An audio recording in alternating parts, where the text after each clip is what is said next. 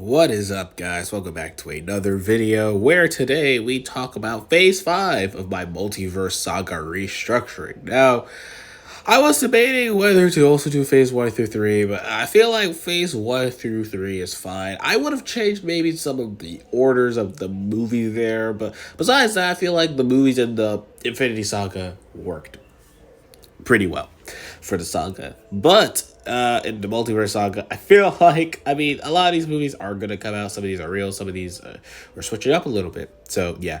Also, in a separate video, I'm going to do just a part 2.5 where we talk about how I would handle Deadpool 3 and the Marvel animated shows.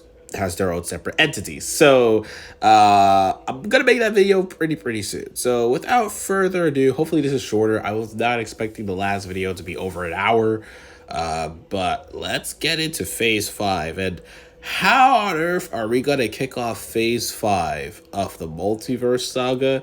Well, none other than Guardians of the Galaxy Volume 3. Now, I don't have an exact rewrite for this, and to be honest, if it comes to movies that I would not rewrite in the MCU, it's Guardians of the Galaxy. I know some people have had their issues, but to me, the Guardians movies have been very good, like consistently good. And honestly, any predictions that I have for Volume 3 or any ideas that I have for Volume 3, I don't think would be as good as James Gunn's ideas for the movie. And nobody has any idea what he has really planned. Besides, we do know High Evolutionary. I would bring him in this movie. If other Guardians do show up through the Multiverse Saga, then maybe I might like... Well, I wouldn't exactly change the videos, but maybe I'll be like, maybe I'll go back and say, all right, so some leftover Guardians or the new team of Guardians, if there is a new team that's going to show up in this movie, is whatever. But for the most part, Volume 3 is going to play as a finale to the Guardians trilogy. It's not really going to touch on anything with the Multiverse Saga, which is crazy. I know the first movie in Phase 5 really doesn't connect to the Multiverse Saga like that. But I feel like for a franchise like Guardians of the Galaxy, it deserves its dues. It deserves its own like standalone finale movie. And that's what I would do. I'd tell James Gunn, listen, you don't have to connect much to the MCU. The only thing I would have is maybe just one reference to Thor Love and Thunder, like Thor being a part of the group, so that in continuity, it makes sense, continuity-wise, and it doesn't feel like, oh yeah, the events of Thor Love and Thunder and the ending of Endgame didn't happen. But besides that, Volume 3, I wouldn't change what James Gunn is doing. I'd tell him to keep going. Then, in terms of a Disney Plus show, so Guardians is kicking off Phase 5 in May 5th of 2023. So where it would release in real life, that's where I would place it. Then we have Secret Invasion. Now, this show is going to be very interesting. What I would do in this Secret Invasion show is I would obviously create a sense of paranoia, but I would also get a bunch of actors that have not came into the MCU yet. So expanding on ideas like having other S.H.I.E.L.D. agents be on the run. And basically, what do the Skrulls want? We're finding out that the Skrulls are going through a civil war. And what are they fighting over? Are they fighting over control? Well, one half of the Skrulls believe that they should not invade Earth, and the other half feel like that they have been the prey for so long that they should fight back. So Emilia Clarke's character, at least in my take of this, would be the bad guy, but she's hidden. It's gonna be a twist reveal.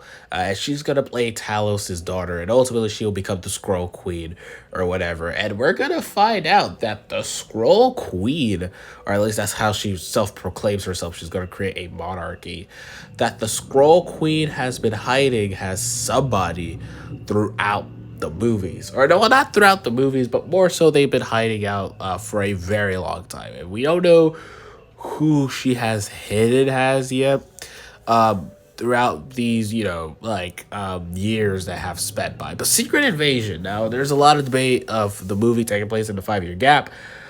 I would make Secret Invasion take place maybe a month after Guardians of the Galaxy Volume 3. I'm not going to go into detail about my Multiverse Saga timeline quite yet, since I also feel like that could be its own video, and for the sake, like, it's gonna be long enough to say, hey, all right, so this is where my Phase 4 movies would take place in the timeline, and this is where the Phase 5 stuff takes place in the timeline. But yeah, Secret Invasion takes place recently, like modern times. We would also have Rhodey and some other characters like Bucky would show up.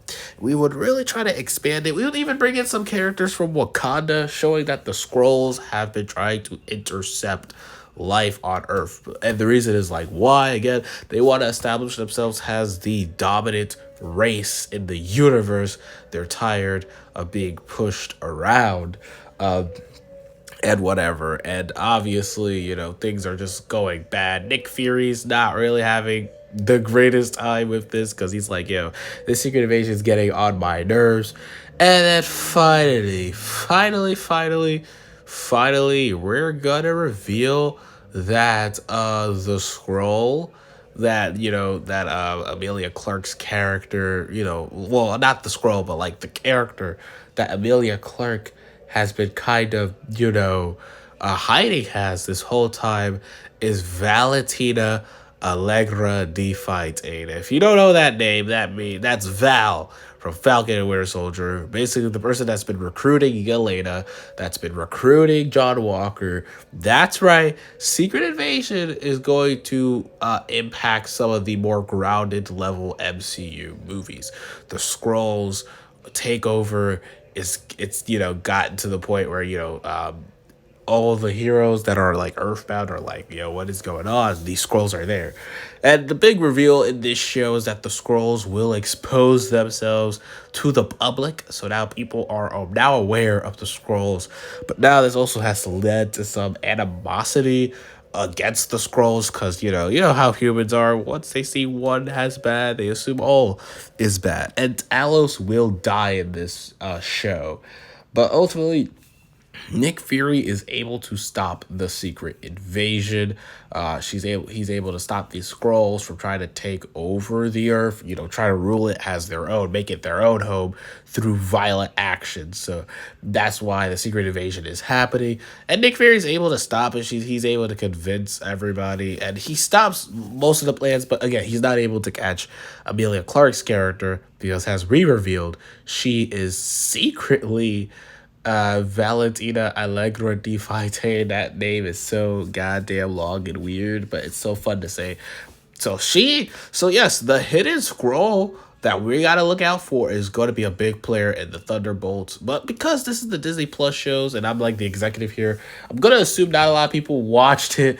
So a lot of these storylines are gonna bleed into the Thunderbolts or into other movies. But yeah, Secret Invasion, in terms of impact into my universe, would be the Loki, pretty much, because I took out Loki. I didn't want to do Loki as a show or even as a movie. I have my different plans for the multiverse, and obviously that is that we're gonna switch it up from what the MCU or how the MCU has been handling it. But yes, in terms of the show that actually impacts the MCU, Secret Invasion will be that big show.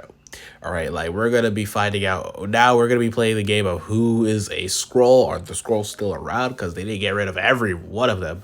And of course, the post-credit scene is Doom talking to a couple of Skrulls, and he's trying to convince them to join his side and become spies for Latveria, and to tell the Skrulls, or at least he tells the Skrulls, hey, tell me what you know about these world leaders. We know that you infiltrated a lot of the world leaders or whatever. I need to know how to become the most powerful man on the world or in the world right now.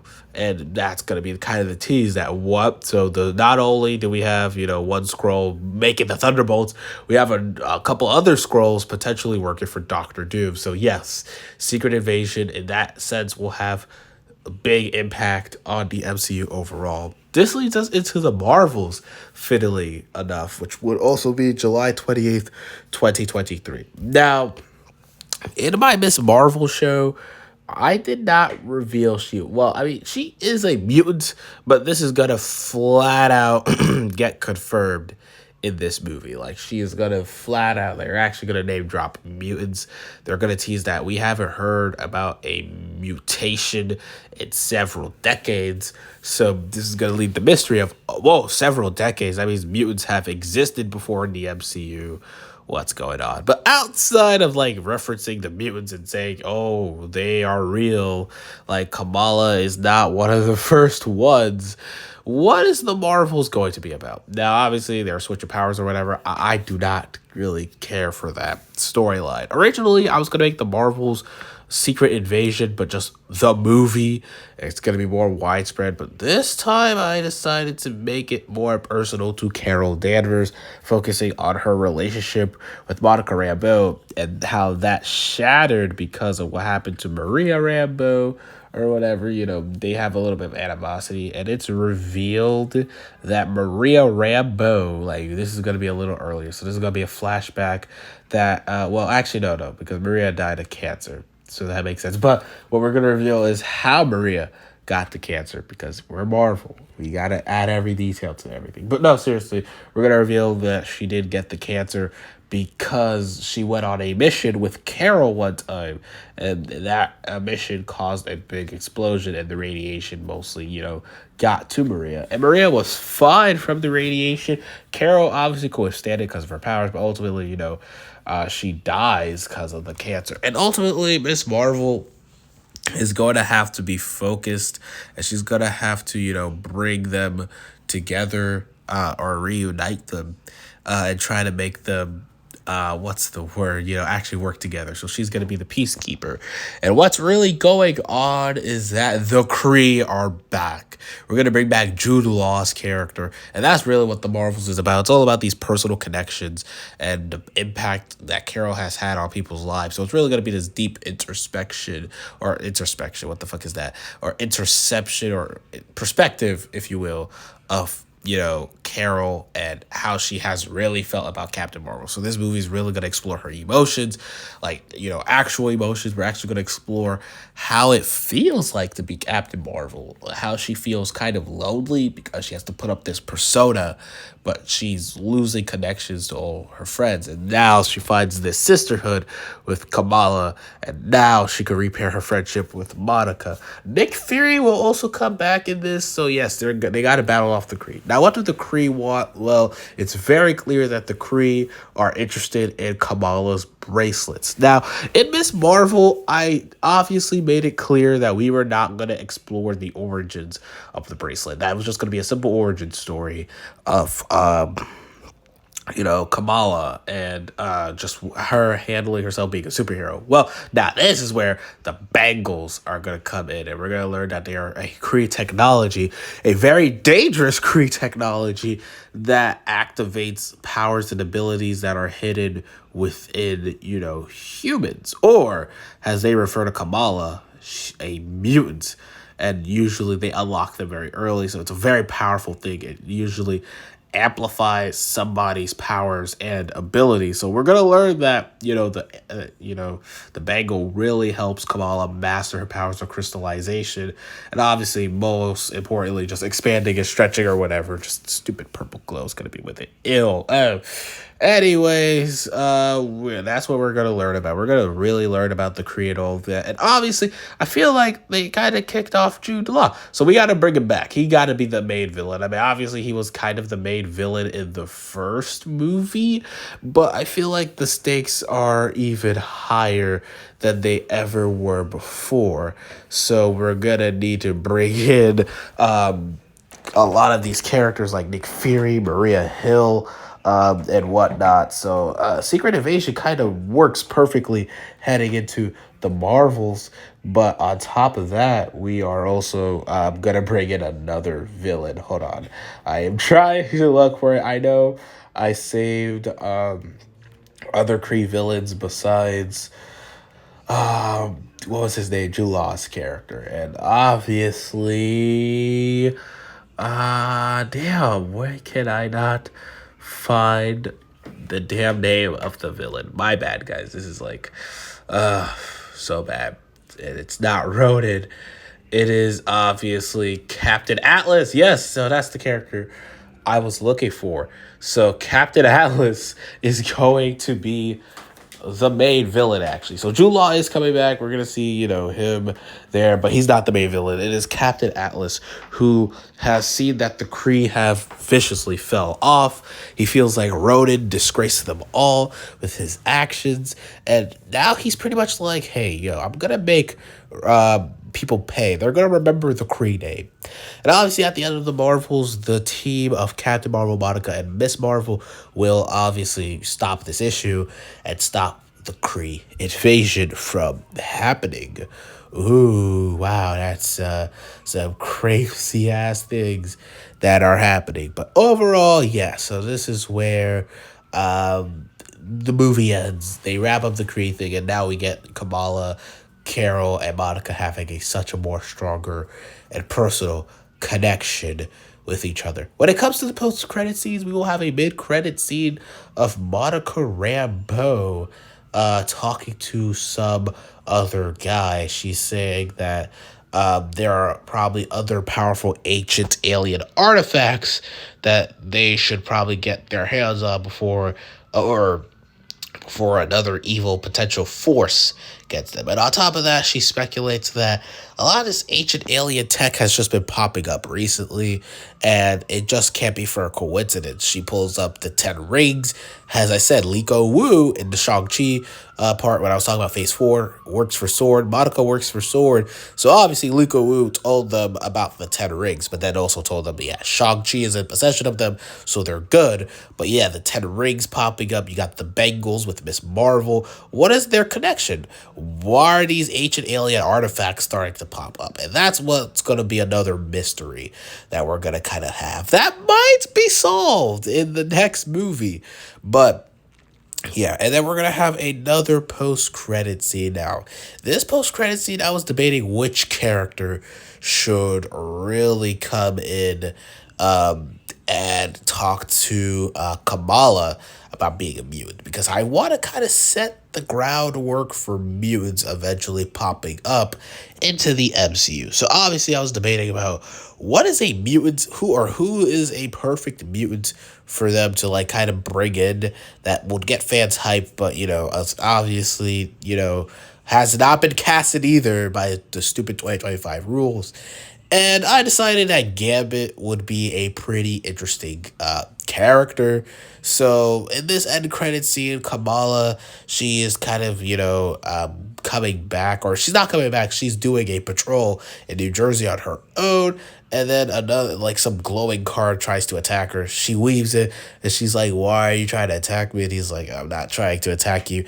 I'm trying to send you a statement that now that you outed yourself to the world, that you are a mutant, because that's what Miss Marvel does at the end of the movie. She, very much so tells people she is a mutant. They don't know it's Kamala, obviously. They just know Miss Marvel is a mutant. But he's like, you're playing dangerous games, because once you reveal you're a mutant, they start to come. She asks who's they, and he doesn't really answer. She just disappears, and she just feels like it's weird. We're laying down the groundwork for the mutants coming into the MCU, that something has happened to mutants, because from these references that, they haven't heard about mutants in several decades. A lot of mutants are not on record. What is going on? Miss Marvel's the first publicly known mutants in like multiple decades at this point. What's going on with the mutants?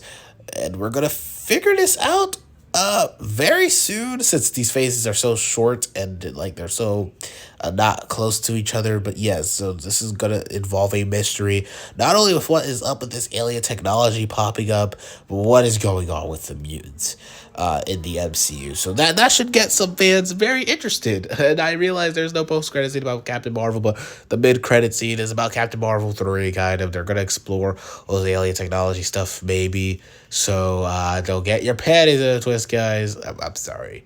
I think I did a bad section on I think I did a bad part on this section, but I think you understand what I'm getting at here with what we're doing in the movie. So let's just move on to the next movie in Phase 5, the movie in November of 2023, Ant-Man and the Wasp: Quantumania. Now, obviously, Quantumania is going to be very different from how I formulate the movie.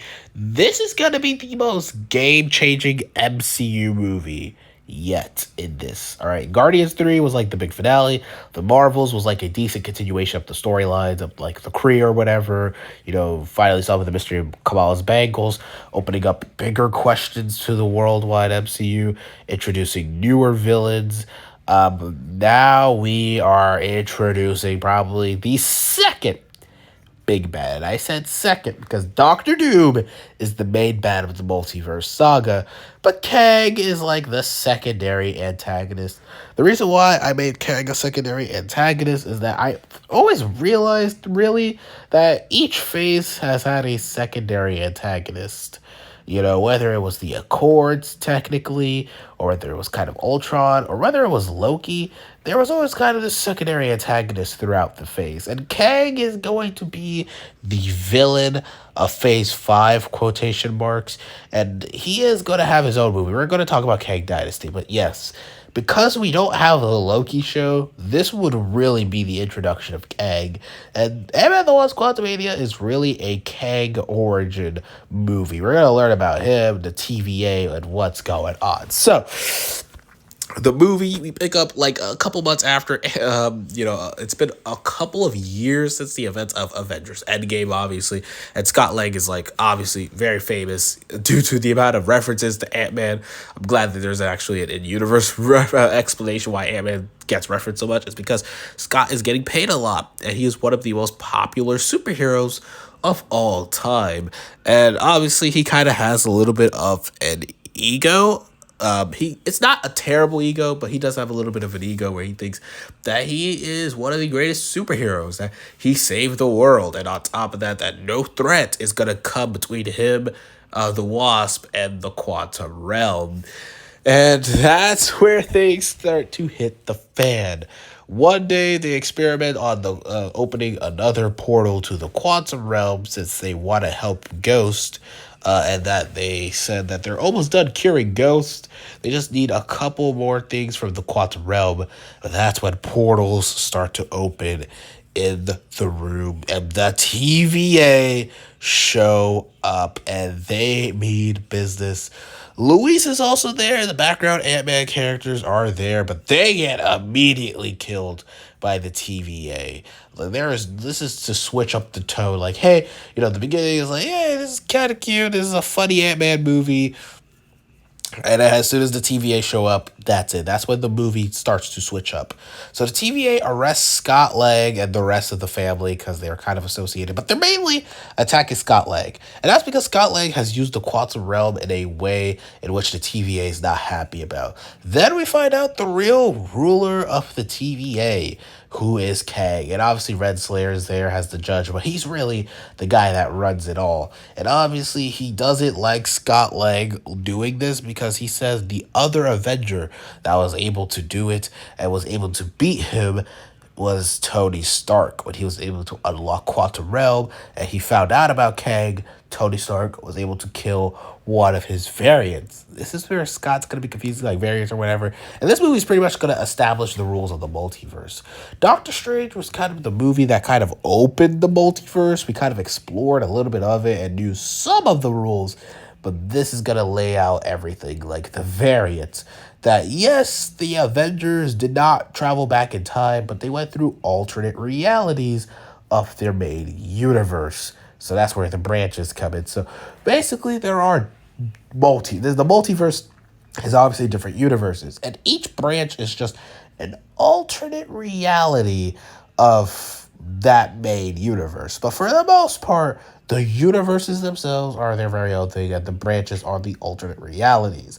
And in one of the branches, Tony Stark found out about Kang and killed his variant in that branch. So Kang made sure that in every branch, he does not find people that are able to unlock the quantum realm and potentially defeat him. And obviously, he said he found his last victims that have done this. And he says victims because he's like, I'm going to kill you guys after I'm done with this procedure. So the procedure doesn't even matter. This court case doesn't matter. You're going to die anyways. And so the Ant-Man family try to escape the TVA with Owen Wilson also. He's like, I think that's not fair. They had a perfect reason. They were trying to reverse Thanos' effect. They weren't even thinking about Kang. They didn't even know Kang existed. And Kang is like, they're going to continue to know that I don't exist. Because once I rule the multiverses and wipe out all the branches in each universe that is a threat to me, I'm going to, basically rule everything. So that's Kang's MO. Now, I'm making up for this because usually Kang is like a time traveler or whatever. We're not doing that. We're simplifying it. It's just alternate realities of Kang, like where Kang is, this from Egypt or whatever. Like all these different versions of Kang. It's just multiverse. Like Kid Kang is just from a different universe. So, anyways, Scott Lang, Hope, and his daughter Cassie get split up during the escape of the TVA. They run into a different portal, and this portal opens up to another reality. So, yes, this is why I'm establishing that alternate realities and multiverses are and different universes. Oh shoot, I spoiled what was next. And different universes are very different. They are very. That's why we're establishing these rules, pretty much. That they are very different things. So Ant-Man, Wasp, and Cassie get stuck in Universe 838, which is the universe we saw in the real life Doctor Strange: The Multiverse of Madness. They're stuck in there, and they're trying to get back to their reality without Kang finding them. And they're trying to be like, we. But ultimately, Scott Lang is more. He's more like, yeah, we got to go back to our universe. But Wasp, she's kind of upset by the ordeal. She's like, we can't go back to our universe. We have to kill Kang. We got to destroy the TVA because they're going to keep hunting us down and keep trying to kill us if that's the case. And obviously the TVA are trying to track down where the others are, while Hank Pym and Janet Van Dyne get stuck in, I would want to say, a darker reality where Earth is just destroyed at this point. Avengers Tower is basically almost obliterated, and it is actually one of the companies that Kang owns in an alternate reality of the MCU. So basically, yeah, it's going to be two stories about these two different groups being stuck in different realities, trying to meet each other at one point and stop Kang from potentially ruling the multiverse. Because now you're talking about ruling multiverses, so this is going to be very serious. And, it's basically going to be two different stories happening. This is where Bill Murray's character will appear in the alternate reality, where he's like, Hank Pym, Janet Van Dyne, why didn't you guys come back? And Bill Murray is going to be revealed to be an older version of Scott Lang.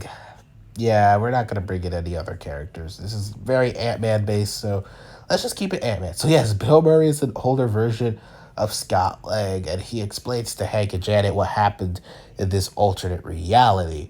That Ultron eventually won, he took over the world, and then Kang showed up and destroyed Ultron because Ultron also accessed the quantum realm because he was going to use that as a true weapon to take out other realities. Kang obviously doesn't want anybody stepping in his territory, so he came in, he killed Ultron, and then he started to massacre the Earth.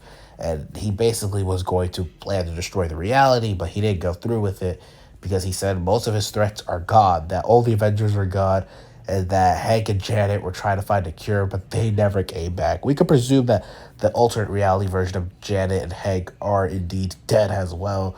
And now Scott Lang is the only survivor of this world. He left, and he had hope that Janet and Hank would come back. Obviously, Janet and Hank has to tell him that they aren't the same, versions of Scott's, but they will indeed bring him to the normal MCU timeline, and they're gonna bring him there, and he's gonna be relaxing. He can finally enjoy real life and bring him to the real world. So yeah, it's a very bleak movie. On the other side of things, in the A plot line, Ant-Man and Wasp and Cassie get arrested by other by another organization. This is where we will meet the Illuminati, which is ran by Loki. What? Yeah, I know this movie is like crazy. Like, what the hell? But yes, Loki in this alternate reality is the Sorcerer Supreme and is the leader of this Illuminati. And Loki will be in a team that is filled with Black Bolt from Inhumans. It's going to be the same as the movie. Captain Carter, which we didn't have What If, so this is a brand new concept to the MCU. Captain Carter. You were going to have Maria Rambeau, Captain Marvel. Nice callback to the previous movie that has came out, if I don't say so myself. But we're not going to have Reed Richards. And that's because I don't want Reed Richards to be introduced in an Ant-Man movie. It's not going to happen. It's never going to happen. But Professor X is going to show up and he's going to be in his wheelchair But instead, we will have a Fox Marvel character show up. And although I was debating, I was like, do I want Reed Richards to appear in Ant-Man and the Wasp Quantumania as his first movie? Ultimately, I just said no. I would not want to see that. So instead, we're going to bring in Obadiah Stane. That's right, Obadiah Stane.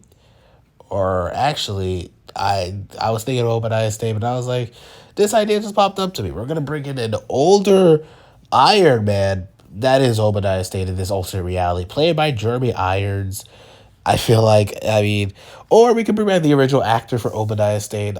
Both possibilities is possible. But Obadiah Stane will be the Iron Man of this universe. So to show you how much out of whack this reality is, Obadiah is the Iron Man. Tony was the evil villain that he had to kill in the previous movie. Crazy how that works, huh? Obviously, Scott Lang is trying to make a plea that Kang is a very bad dude. These Illuminati members don't know about Kang. But they said that the biggest threat to the multiverse has always been the Pym family. As we're going to emphasize that them opening the quantum realm and playing around with it is ultimately their biggest mistake. Because basically what they have done is open the portal to Doomsday, where if anybody has access to the quantum realm, they will all be doomed, and they will soon all die. So we're going to establish that having power to open the quantum realm and go through it is actually way more dangerous than the previous Ant-Man movies have played up. So they're like, yeah, Scott Lang, we had to literally kill our Scott. We had to kill our Ant-Man, who would be Hank Pym, but it will be Michael Douglas Hank Pym, and they would also have to kill off Scott Lang, as they felt like their power was a little too much, and they got to the point where, they were starting to get possessive, where they were starting to get influenced to use the quantum realm to what they would say perfectify the multiverse and alternate reality. So we're showing that people that want access to the quantum realm are not really good people. This is where the TVA is going to find Scott Lang, Hank Pym, and Janet. Not Janet. Scott Lang, Hope, and Cassie. And Kang is going to show up while Renslayer and Owen Wilson try to find Hank Pym and the Janet and the older Scott Lang in the alternate reality. Obviously, Kang kills all of the... he kills all of them. He kills everybody in the Illuminati. He keeps Scott Lang and, Hope and Cassie and Owen Wilson and Renslayer. I don't know why I keep forgetting Owen Wilson's name. Mobius and Renslayer brings in Hank Pym and the others, and they kill older Scott Lang in front of Scott's eyes. So that's just a brutal scene. And then we have the final battle in the TVA where they're making a break for it. They're trying to get back to their MCU universe. They're trying to so they're pretty much trying to get back to their MCU universe so that they could warn all the heroes about Kang and his plan and how they need to find a way to destroy the quantum realm, if that's even a possibility at this point, because eventually Kang is coming, and Kang is one vicious motherfucker. As we said, he literally killed all of the Illuminati. He even killed Loki, one of the strongest members of the Illuminati. So You know he means business. And man, this final battle is going to be a blood. Well, not bloodbath, but it's going to be brutal. We're going to see Ant-Man get beaten up. Kang is going to two-piece the shit out of him. Like, to the point where Scott Lang is heavily bruised. He has never taken a beating at this level. Even Hope is taking, like, a big beating from this. And Cassie's not completely bruised, but, she is not having the best of luck in this battle. Ultimately, Hank Pym and Janet will legit die in this movie to raise the stakes. Kang and Renslayer kills them.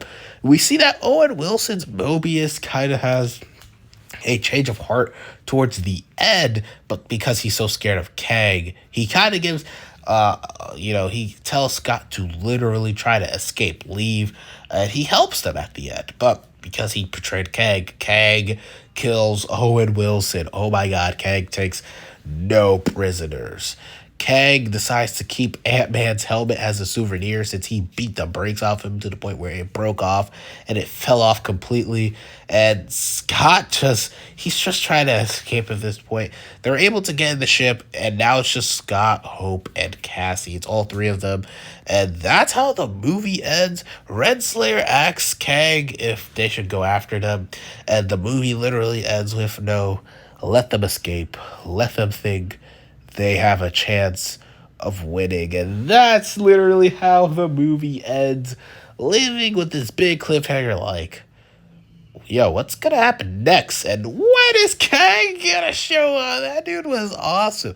So yes, that's what Ant-Man and the Wasp: Quantumania is gonna be. It's gonna establish Kang, the TVA, the rules of the multiverse for real. We're gonna see two alternate realities of what the MCU could have been if it took two very different routes.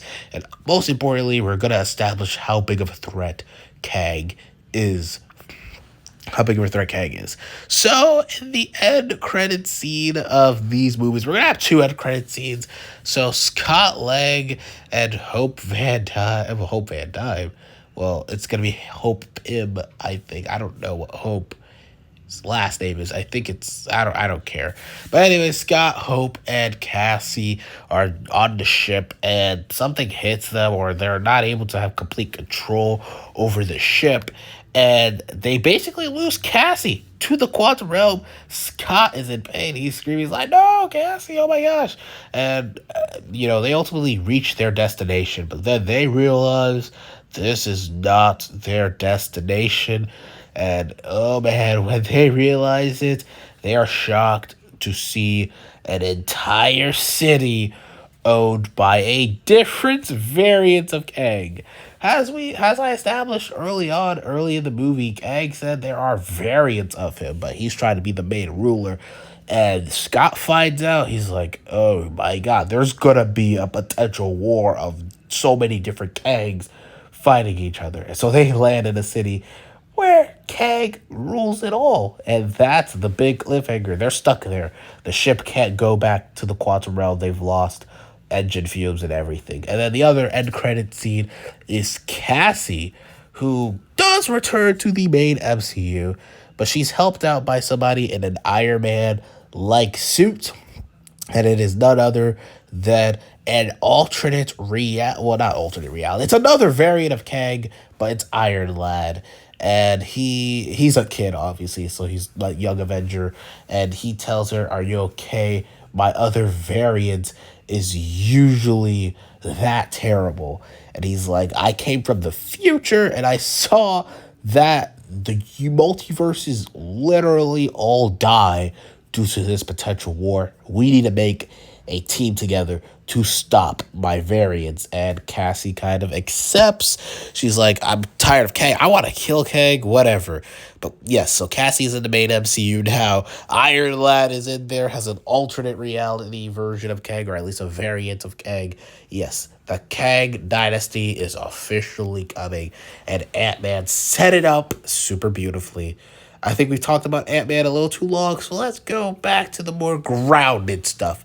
And let's get into Daredevil Born Again, which will be our second Disney Plus show in Phase 5. So after the wild sci-fi kookiness that was Ant-Man and the Wasp Quantumania, we go back to a street-level Daredevil story.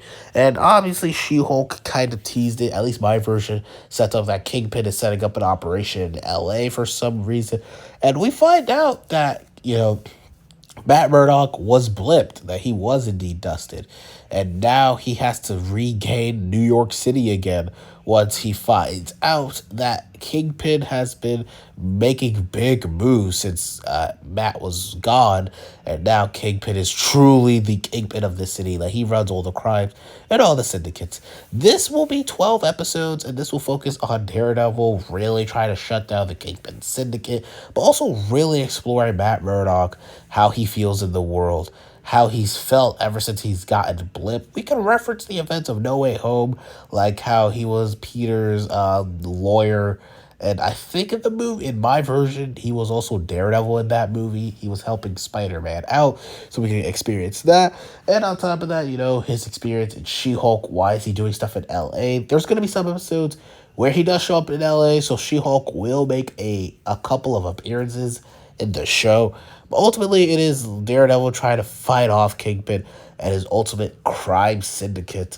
At the end, Matt Murdock is able to defeat Kingpin, and he's able to fully expose what Kingpin has been doing.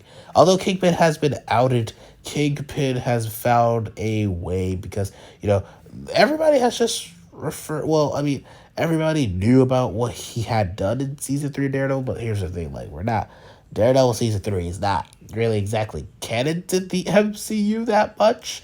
At least in my case, it could be for your case that it is, but for me, I'm just going to say that, there are different events that the Netflix universe is just another alternate reality of the main MCU.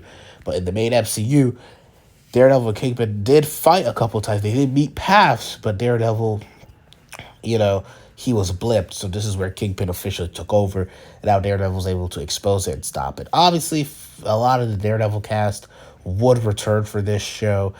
And Echo will also make an appearance. They won't have they could have a romance, I guess, but he's already having some romantic flings with Jen Walters, so I don't want, although Daredevil is a whore in the comics, so there is that, but I would not hook up Daredevil and Echo for this show. But yeah, Daredevil Born Again is basically street level stuff. He's fighting Kingpin. It's 12 episodes, like the actual Netflix show, maybe one episode less. But yes, it's really going to highlight... It's mostly just a character study on Matt Murdock and how he feels after being blipped in the universe and having all, his friends, some of them blipped, some of them weren't blipped, how that really works for him. Which leads us to now Captain America New World Order. Now, we do know that there are some Skrulls that have infiltrated the government, but how will Sam Wilson, Captain America, deal with a new terrorist? Now, in my last video, I said the hate monger was going to be the villain. I was wrong. I meant to say Flag Smasher because really my original plan was hate monger was going to be the villain of this movie. So forget that last part where I say hate monger is. Just assume I say Flag Smasher is the villain in that video. But yes, Captain America is going to battle hate monger. And the reason why hate monger feels the way he does is that he feels like the world and its politics have ruined society. So we're going to go there, and he feels like instead of people debating about which political party they're in, they should really be helping the people. And so he feels like he's for the people. But clearly, as we do realize, he's actually damaging the people. He's kind of this evil Robin Hood figure where people perceive him as this guy that's doing it for the people, but he's actually really stealing from the people and only benefiting himself, causing chaos, causing anarchy. And we don't need any more anarchy. And Captain America is going to try to snuff it out. Obviously, we're going to have Torres be Falcon in the show, just like what they're doing or what they have announced for the movie. As I said, Haymonger is going to be the villain, not the leader. And there's a reason why, as we're going to find out very, very soon. But yes, so Bucky will also be in this. He's not going to be in the Thunderbolts. movie. And I'm going to also show why in a minute. But anyways, then we're gonna reveal that indeed some scrolls did infiltrate some, or at least they're gonna talk about the secret invasion and how some scrolls have leaked some stuff out there.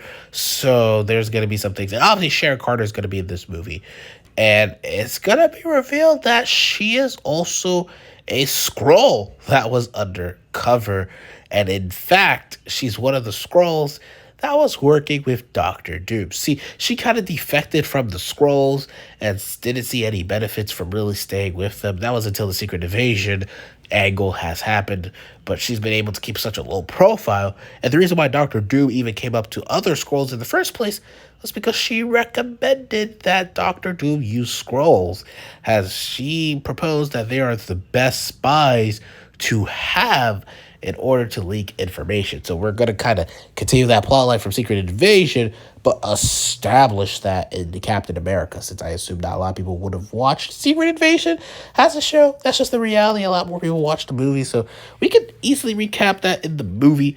But yeah, that's going to be the big reveal. Sharon's going to be a Skrull. But ultimately, it's going to be it's going to be about people's perception on heroes still.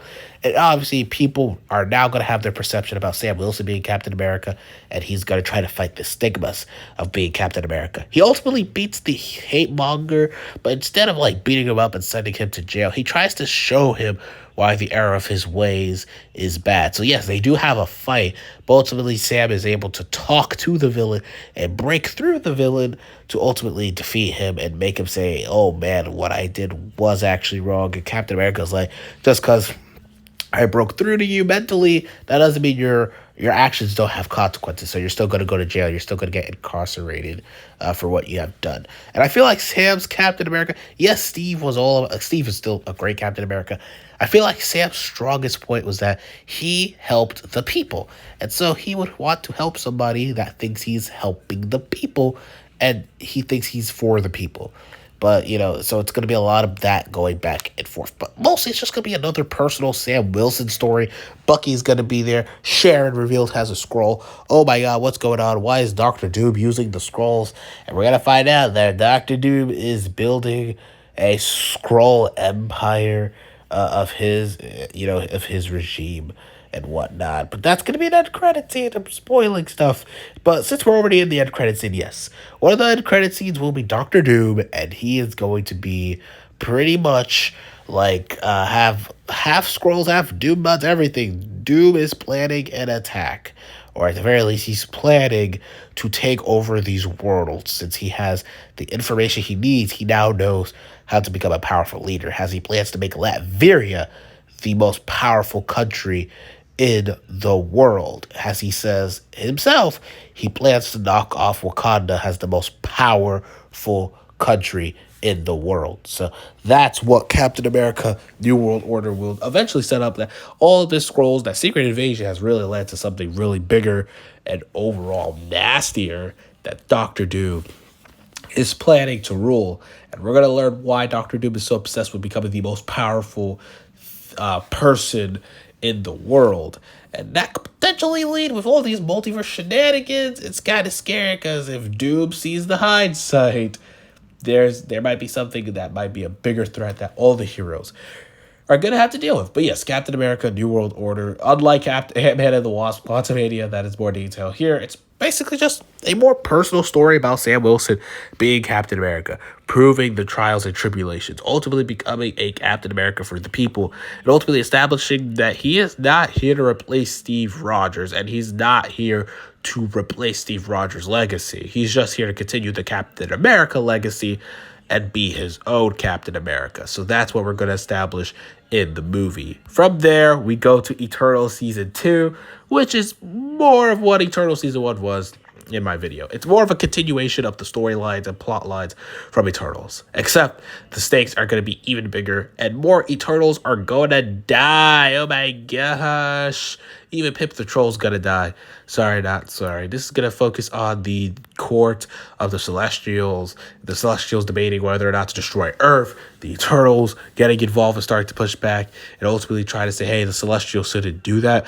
And really, this movie, like the first show, the first season, I mean, was really focused on the Eternals and their connection to Earth or whatever, and now this second season is going to establish more so the connection of it's going to connect to the Eternals, their connection for the Celestials, and really expand the world. We're going to really learn what other Eternals on different planets have been doing. Is it ethical to destroy other planets to create more Celestials? So that's really the debate here. Ultimately, the Celestials do not destroy Earth, but they do feel like there is a greater threat that's been popping up recently. Obviously, teasing Kang and the multiverse and what's about to go down. But the Eternals are they're not gonna go down without a fight. And one Celestial believes that all the Eternals should die. Well, because he feels like if some of them are going to rebel, then all of them will eventually rebel, and that they should ultimately destroy their Eternals program. So the stakes are high, and ultimately the planet or the lab that makes all the Eternals gets absolutely destroyed and obliterated. So they can't make any more Eternals, which means they can't make any more copies, which means now if any of the Eternals die, that's it. It's all Shiro. It's all over.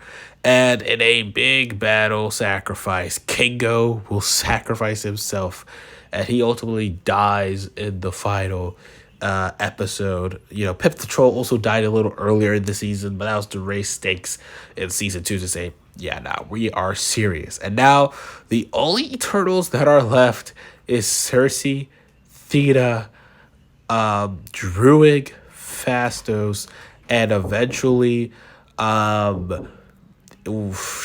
think his name was Eros. Yeah, Eros, Harry Styles' character. So those will be the only 4 that are left from the Eternals group. And that's it. Like, we killed a lot of these characters. We're really down to like 4 of them at this point. In the end credit scene, Cersei will team up with Dane Whitman again. Yay, she's going to go back to her boyfriend, but then she's gonna realize that her boyfriend has finally, or at the very least, he's officially gotten tempted with picking up the sword of his family to officially become the Black Knight. And this is gonna lead us perfectly into our next movie. But yes, he's gonna be the Black Knight, and Cersei decides to team up with him. She's like, I'm tired of hiding my abilities and hiding on Earth. There are other superheroes out there, so now I'm going to be a superhero myself. And yeah, so that's what we're going to tease. We're going to end with Black Knight and Cersei eventually now teaming up, both as superpowered individuals. And yes, so that's going to be the crazy epic of Eternal Season 2. I forgot about Makari. So it's going to be Cersei, Theta, Druig, Fastos, Makari, and Eros that are still alive by the end of this show. Which leads us into, or you know what, actually, you know what, I keep changing my mind. Makari could also have a huge sacrifice in this, because we gotta, establish that the Eternal stakes are really high, and that if the Eternals really do die, that's it. They're not coming back. There's no database to return. That ship has already sailed. So they better be active and alive as much as they can.